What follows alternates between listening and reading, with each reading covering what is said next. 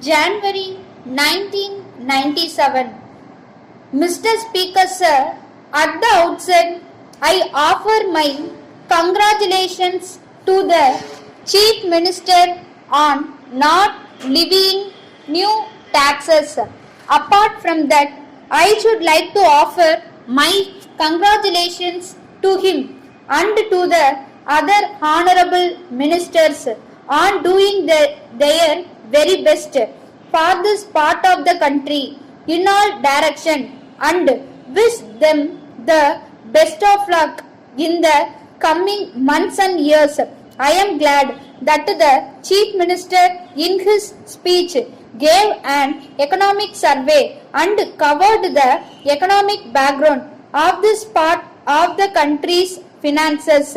With regard to the budget, I agree that it is a balanced budget, no doubt. A household budget should be a balanced budget, but it may not be so in the case of the government. A government's budget need not necessarily be a balanced budget. If we had restored to a little deficit budgeting, it would have given us reason for asking for more money from the center to spend on schemes of development. The lady member referred to conditions in hospitals. It requires more money and school buildings require more money. I see it for the first time that more emphasis is to be laid on minor irrigation schemes. It is necessary to pay sufficient attention to major irrigation schemes also. All these require money and we should try to get more money from the center. In this connection, I should like to refer to the relationship between the center and the states with regard to the financial positions.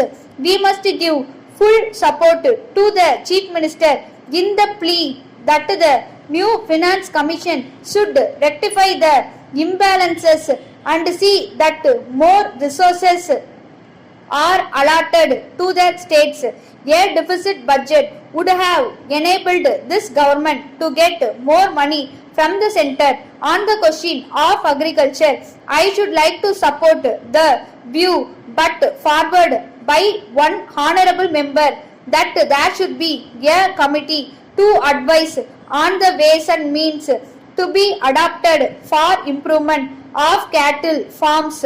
I am very happy that the minister in charge of these farms is taking great interest in the matter, but I should like to request him to consider whether it is advisable to have a local advisory committee. I do not suggest members of the assembly to be on that committee. This is a suggestion which I would like to commend to the minister. Some of the cattle farms in general will greatly improve the next few years. With regard to tourism, I can only say that the best part of the speech of the lady member has my support.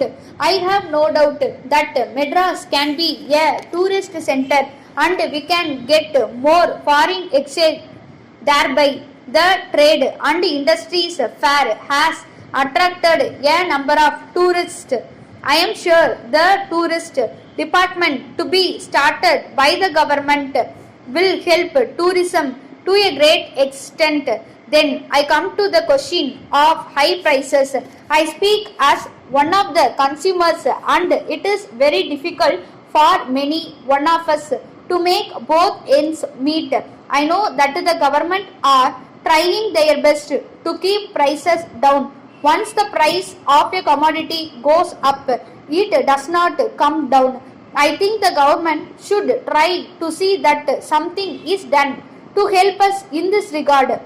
Whether it is to be done by the state or by the center, something must be done to reduce prices.